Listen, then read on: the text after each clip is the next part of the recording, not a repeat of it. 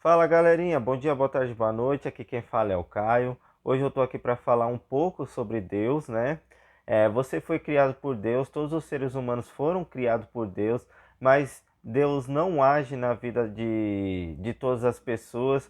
Mas por que que ele não age? Ele é mau? Ele gosta mais de um do que o do outro? Não, galera, a resposta simplesmente é não. Deus não pode intervir na vida de todas as pessoas por um simples motivo.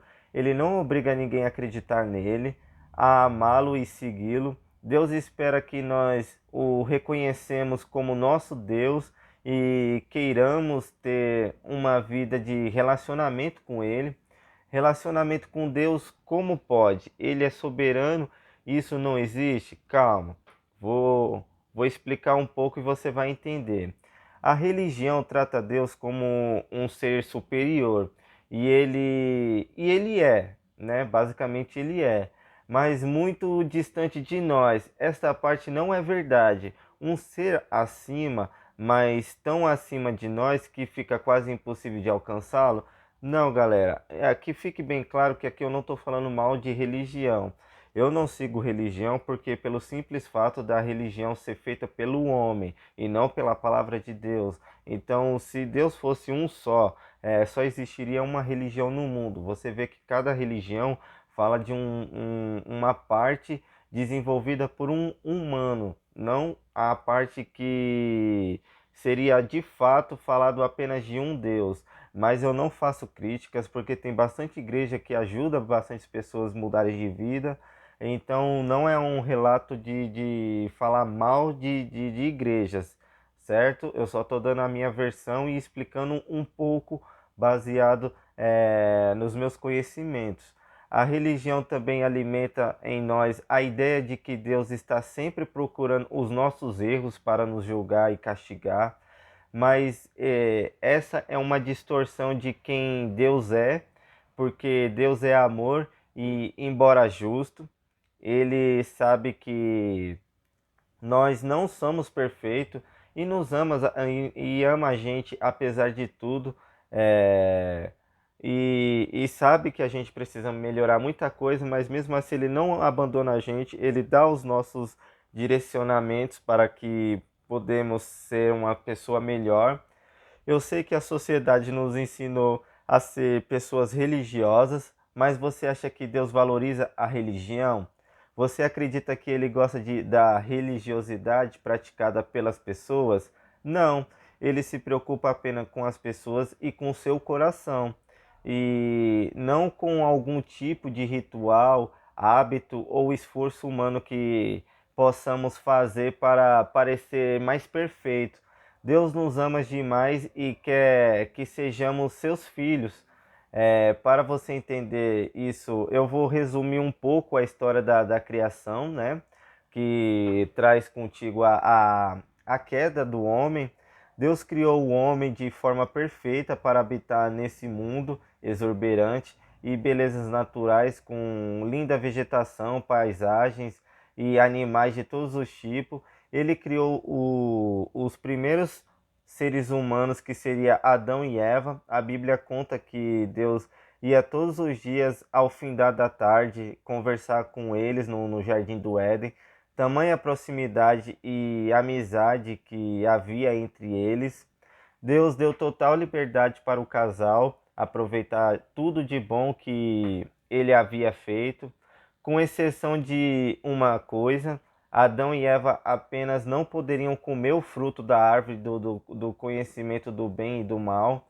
No entanto, eles desobedeceram a Deus porque Satanás, disfarçado de uma serpente, os convenceu que não teria problema eles comerem o tal fruto, e eles caíram neste erro. Até o momento, Adão e Eva não conheciam o pecado, eles nem sabiam o que o termo pecado significava, mas depois disso eles passaram a entender o que era o bem e o mal, fazendo com que todas as gerações que viriam depois deles, inclusive a nossa, já nascessem marcado pelo erro.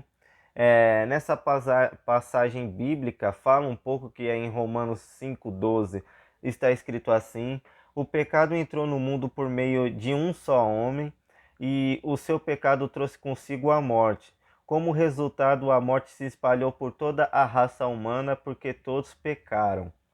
O ser humano passou a ser associado ao diabo, nosso inimigo espiritual, e a ser também dominado por ele. Como falei, isso passou a valer também para aqueles que não tinham nascido. No nosso caso, seríamos nós, né?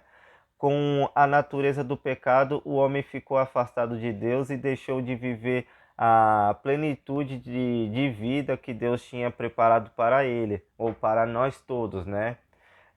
Como Deus restaurou o homem à sua posição original.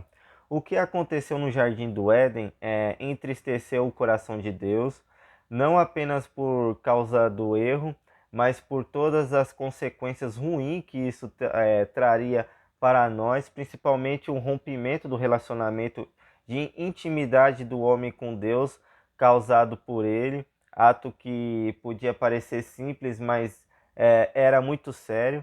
Aquela distância criada entre homem e Deus não era o plano original quando o mundo foi criado, então Deus pensou em uma solução que seria o nascimento de Jesus. Ele enviou à terra Jesus, gerado pelo Espírito Santo, para nascer do ventre de Maria e ser cuidado também por José como seu pai terreno. Jesus veio habitar entre nós com a missão de restaurar a posição original que o ser humano havia perdido com um ato rebelde de Adão e Eva. Aqui você vai começar a entender o significado da salvação. Jesus era 100% Deus e 100% homem, algo difícil para entendermos pelo nosso intelecto aqui na terra. Ele viveu como homem, estando sujeito a tudo que nós também estamos, mas apesar de estar aqui, ele não perdeu seu caráter divino. Jesus era totalmente perfeito e decidiu se entregar para ser morto em nosso lugar. Por isso era necessário e porque tinha que ser ele. Vamos dizer assim, a crucificação de Jesus, quando foi crucificado aos 33 anos, ele passou por um sofrimento que foi muito mais do que físico, foi acima de tudo espiritual. No ato de ser torturado e crucificado, ele tomou sobre si, assumiu como se fosse todos os pecados da humanidade, doenças, dores e maldições que o ser humano pudesse viver. Deus permitiu que tudo isso fosse lançado sobre ele naquela crucificação, fazendo com que ele tomasse o nosso lugar. Uma das últimas palavras de Jesus na cruz foi: Deus meu, por que me desamparaste? Isso está em Mateus 27, 46, desculpe pelo erro. Aquele foi o momento de dor máxima de Jesus, pois ele foi separado do Pai por um período, já que todos os pecados estavam sobre ele. Então, galera, às vezes a gente está tão perdido no pecado, tão perdido no erro, que a gente sente que Jesus se afastou de nós, mas na verdade não é Jesus. É nossos erros que faz a gente enxergar isso, que faz com que a gente entenda que a gente esteja tão sujo que não somos dignos de estar na presença de Jesus. Mas quando a gente passa a esquecer desses pecados, a gente passa a entender mais sobre Jesus, passa a buscá-lo mais sobre Jesus, a gente acaba se aproximando mais dele e nos afastando do pecado. É como se fosse uma escolha, né? Você escolhe entre o bem e o mal. O que faz mais bem para você? O que é mais certo para você? Sempre será buscar Jesus, sempre será buscar Deus, né, galera? Então, Jesus morreu na cruz, e após morrer, ele foi sepultado nos 3 dias em que esteve na cova. Seu espírito, segundo o que a Bíblia conta, foi ao inferno e vivenciou o sofrimento daquele local no nosso lugar. Geralmente não é o que realmente a Bíblia conta, né? Mas é o que dá para interpretar em alguns versículos. Falam que ele desceu ao inferno para pregar a palavra, Também falam que ele visitou as pessoas que morreram no dilúvio da época de Noé. Mas são interpretações, a gente só vai saber mesmo na vinda de Jesus. Acredito que tudo vai se encaixar, né? Mas a boa notícia é que ele ressuscitou.